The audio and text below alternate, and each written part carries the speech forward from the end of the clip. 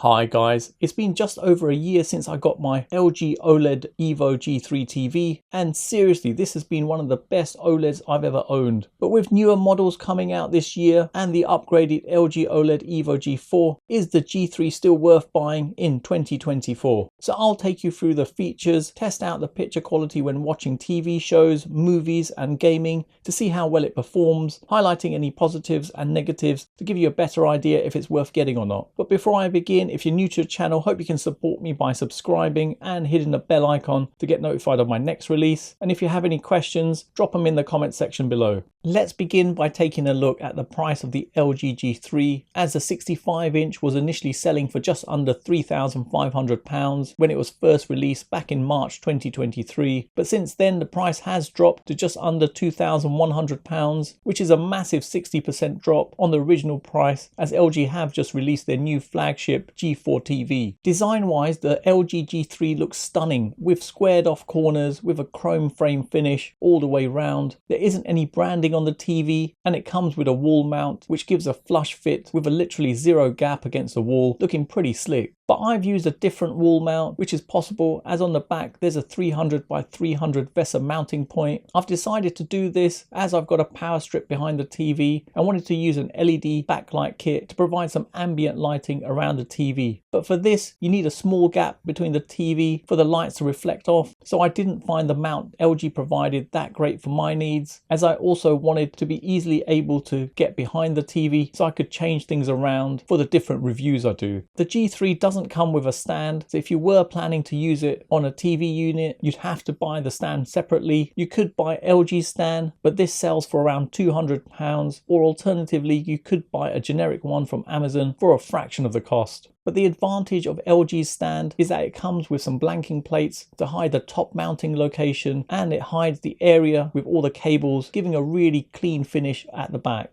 Ports wise, along the side you have a common interface with a USB input and two HDMI 2.1 ports, with one port supporting eARC. There's another set of ports which are downwards facing, and this is where you have the IR blaster, a satellite or aerial input, an optical digital audio output, an Ethernet connection port, two more HDMI 2.1 ports and two USB input ports. It also supports Wi-Fi 6 and Bluetooth 5.0. There's also two locations for cable management, allowing you to clip your cables into place, and below that you have a power cable that's attached and isn't removable, so something to be aware of if you're feeding cables through narrow conduits. But on the positive side, the cable is nice and long at 2.2 meters. The LG OLED EVO G3 panel has a glossy finish which can reflect in a bright room when there's dark scenes, but the advantage of a glossy screen is that the picture quality looks absolutely stunning, where the colours literally pop out, providing 100% colour fidelity. And honestly, with the brightness levels given out by the G3, I didn't have any issues watching movies or gaming in a room with bright sunlight coming in, as the picture quality still looks stunning. It has wide viewing angles with impressive colour and contrast levels that remain consistent at all angles, with no loss in picture quality or tinting or loss of contrast, allowing it to provide accurate colours in a bright or dark scenes with 100% colour volume. Brightness is significantly higher at up to 70% more than its predecessor, thanks to the use of their MLA technology, providing a massive boost to HDR picture quality. So in SDR you get 350 nits, but this shoots up to 2000 nits in HDR. But just to note, MLA is not supported on the 83-inch model. It's a self-lit OLED, which means the pixels reach their highest brightness with no backlight, so in dark scenes you get deep, true inky blacks, so there's no light bleed. There's also enhanced image processing with OLED Dynamic Tone Mapping Pro, which refines images on the screen while emphasizing contrast in areas where it's solid or dark. It also brightens mid-tone areas and adds definitive detail to give the most stunning picture quality. Onto gaming, and the G3 is perfect for the current gen consoles, so a PlayStation 5, Xbox Series X or S, as it has 4 HDMI 2.1 ports supporting the full bandwidth of 48 gigabits per second at 120 Hz. I've got my Xbox Series X plugged in, and looking in settings everything is checked, so games that support 120 Hz will be supported with the added feature of variable refresh rate. AMD FreeSync Premium is also supported, which reduces stuttering and screen tearing for a smoother gaming experience. Together with it being G-Sync compatible, there's also auto low latency mode, and this is where the TV automatically activates the lowest latency setting when gaming. Gaming on the LG OLED EVO G3 is incredible, with the large 65-inch display giving a really immersive experience on the big screen. Performance is rapid when gaming on my console. Both colors and contrast levels are perfect, and the icing on the cake here is the response time coming in at an incredible 0.1 milliseconds, which is better than the majority of gaming monitors out there, with an input lag as low as 9.2